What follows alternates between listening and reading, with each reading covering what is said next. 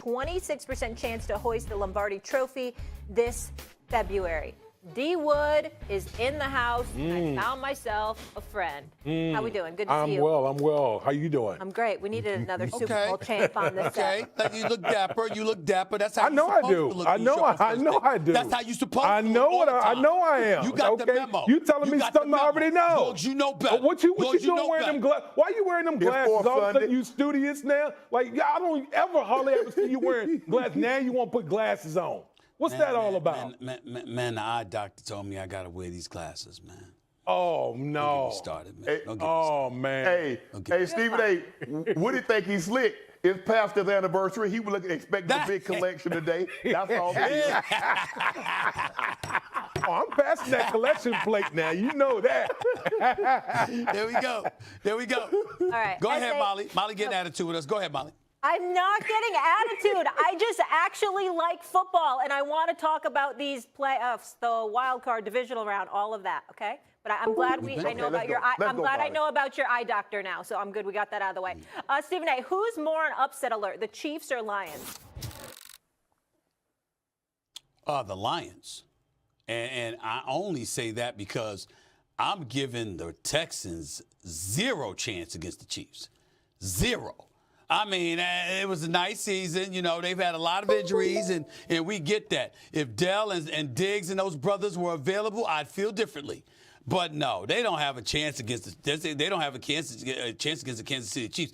That's why I say that with the Commanders, we're sitting there raving about Jayden Daniels and how mercurial he is and what he has the potential to pull off and do, even though I expect the Lions to win this game. But you know what? This brother's something special. Not to say that C.J. Stroud is not, because I know that he is. But I think that when you look at the Houston Texans, I don't see them. I give them no chance of beating the Kansas City Chiefs this upcoming weekend. I give the Commanders a very, very slight chance because obviously all the injuries that the Detroit Lions have suffered, even though they're going to be at home, I just think that the Commanders have a better chance of winning than the Texans do. I give both teams a milk chance, which is 2%. But if I had to lean one way or another, I'd probably go to the Texans for the simple fact their defense. They can get after the quarterback with Hunter and with Will Anderson Jr. I like that. They got Stingley Jr. on the outside, who's had an unbelievable season. They got Aziz Al-Shir back, who's playing really, really well. And so that was to be the advantage. I don't know if they have enough offensively.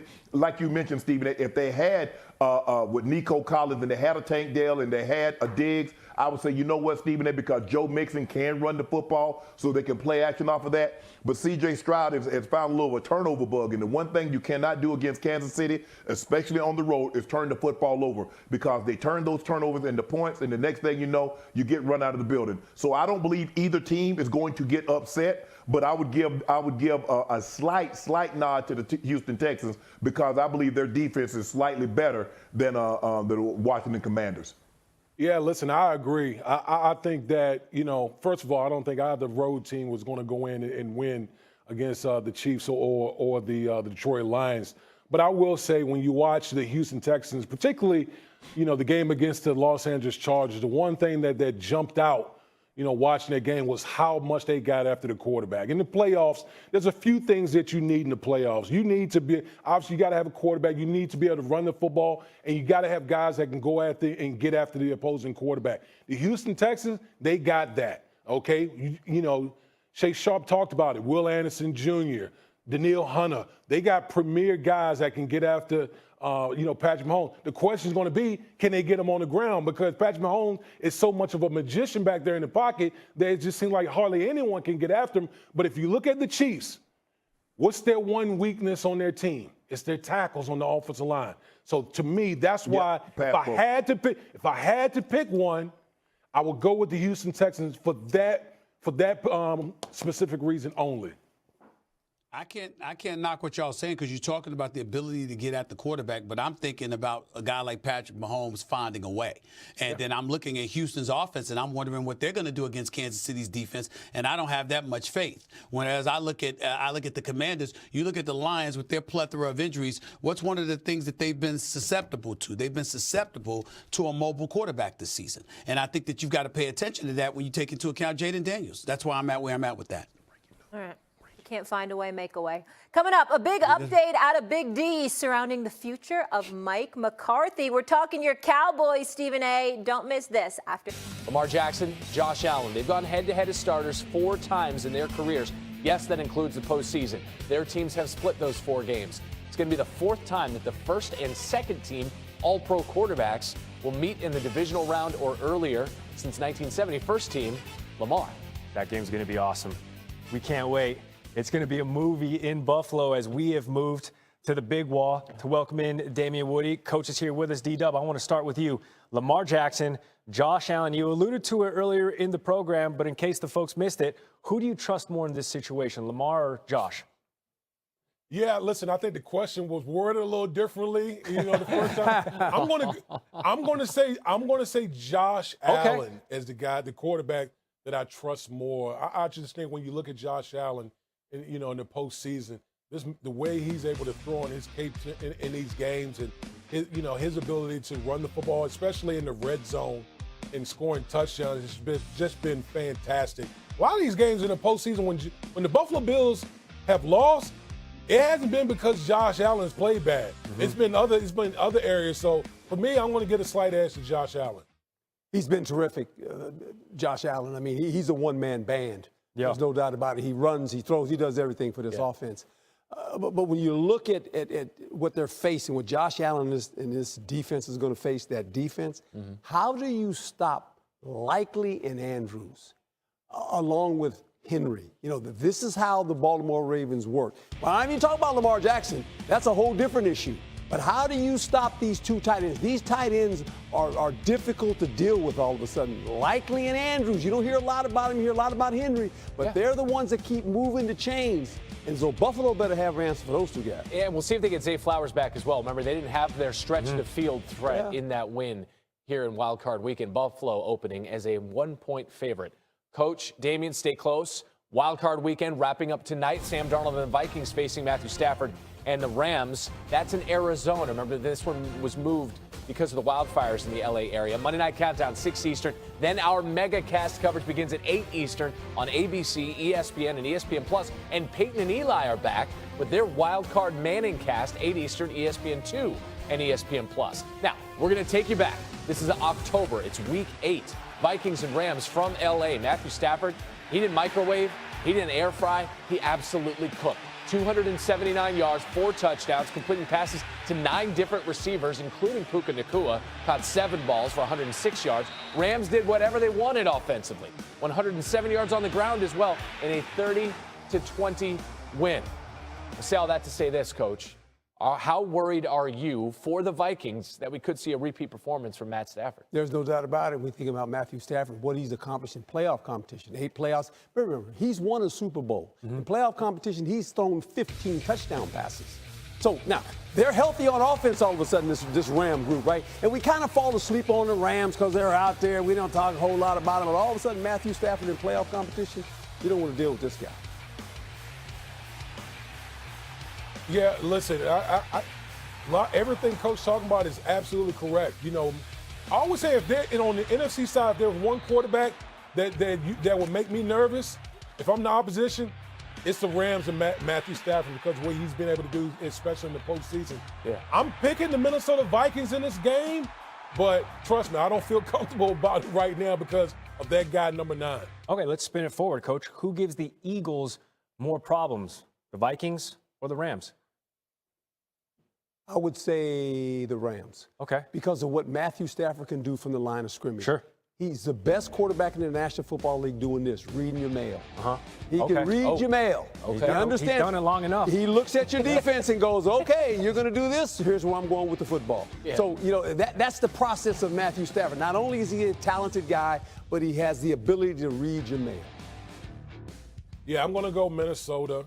I think they're a little bit more well-rounded as a team. I like them better defensively. Their ability to take away the football. So I want to lean towards the Minnesota Vikings. Yeah, Matthew Stafford's been reading mail so long, those stamps used to cost about half what they do now. This is a big game for Sam Darnold after what happened in Detroit. Yeah. Why not, Coach? Bounce back. Show us you can get off. Con trâu nhìn đã sợ. Set to kick off. So pleased to have you along. This should be a good one. We're set, and off we go here on EA Sports. On the return, here comes Cordero Patterson. And they'll bring him down just shy of the 30-yard line.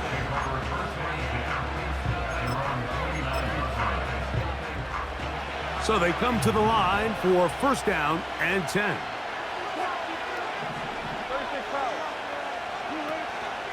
Now a first carry for the Alabama product, Najee Harris. And he's going to be brought down up past the 45.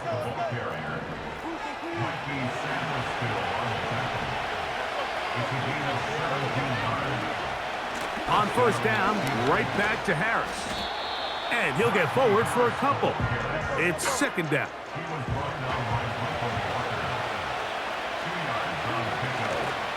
They'll give it to Harris again. And they're going to work this down inside the 45.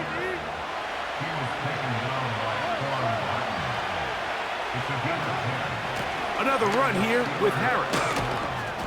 And he'll work forward for about 3. It's second down.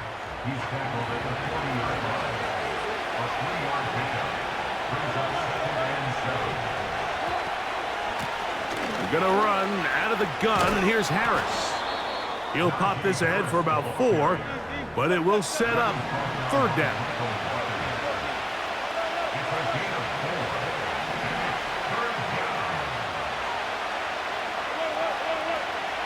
Out of the gun, here's Russ. That is hot! And he will get into the end zone. Calvin Austin. Touchdown, Steelers. Chris Boswell on for the point after. It's up and good. And the Steelers will take a 7-0 lead.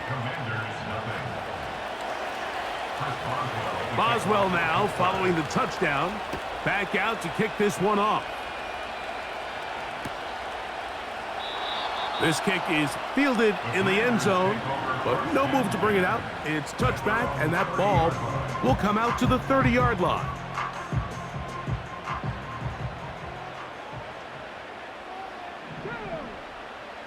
Right to the air goes Daniels. They try to set up the screen, but this one doomed from the start. It's incomplete. They'll try again here, second and 10.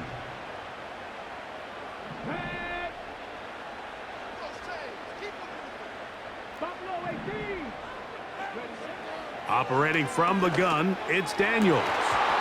And that's going to be incomplete. Coverage was good that time.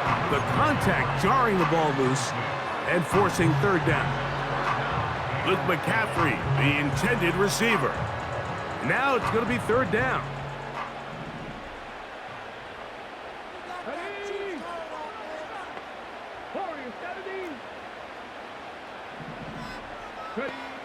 From the shotgun on third down, Daniels. 15-yard pickup there. First down, Washington. And this is what you can do when you have one of the best receivers in the game. You understand that even if the coverage is not perfect for the play call, sometimes it's just as simple as my guy is better than your guy, and we're going to just keep giving him a chance. Off he goes.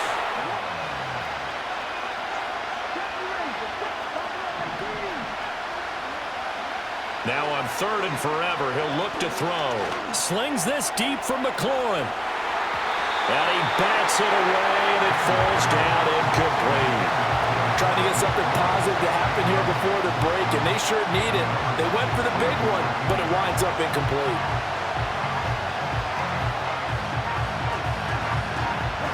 And likely time for one final play here in the half, so they will go for it on fourth down.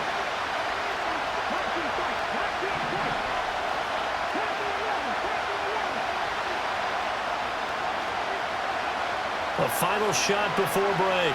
Daniels slings this deep from McLaurin. And got his man complete.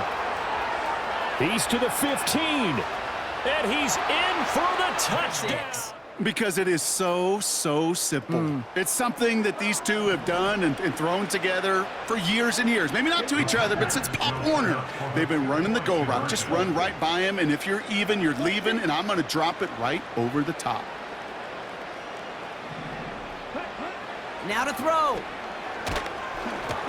And the conversion is no good as that pass falls incomplete.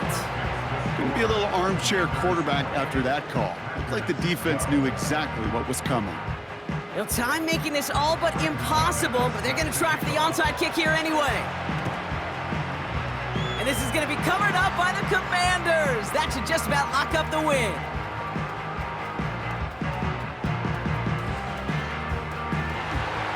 And Washington finishes the return to the end zone. Touchdown!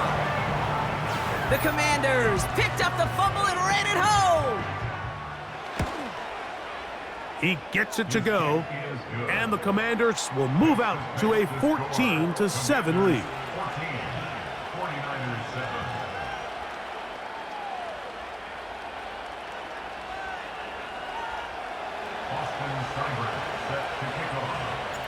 Seibert now following the touchdown. He's out to kick it away. And we'll see a return here from his own end zone. Not much on the return. They'll stop him at the 17.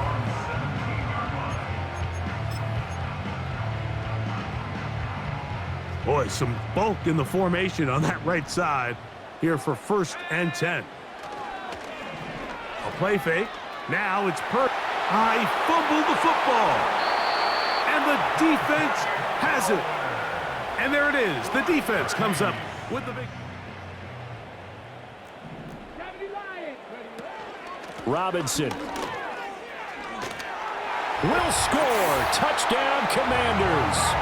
So how about that for an answer? They get the touchdown there, and it's back to a one-score game here in the 4th. And that's what these guys have done all game long because they've scratched and slashed their way to stay in this game. And by now, we should all realize they're not going away.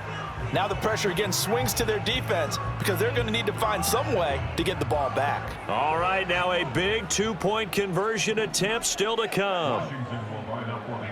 Daniels going to try and throw for it. And it's intercepted at the goal line. Oh, no, he lost the football. And he will get into the end zone, and a two-point conversion will cut this down to a 6-point game. Here's Eckler. And he's brought down for a loss. The Commanders in the hurry up. They're hustling for the line.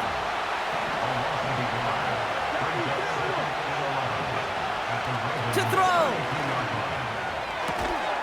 That's complete. Here's Brown. And they bring him down. Looks like he got it to the 27.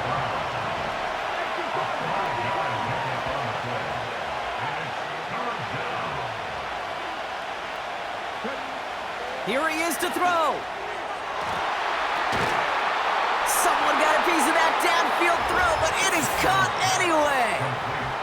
And that's a Washington touchdown. So there's part one, Brock. They get the touchdown that they desperately needed. Now, you'd imagine, comes a try for two. Yeah, and this might be just as tough as to go get that touchdown they just did because, well, they work on two-point conversions, but they're different.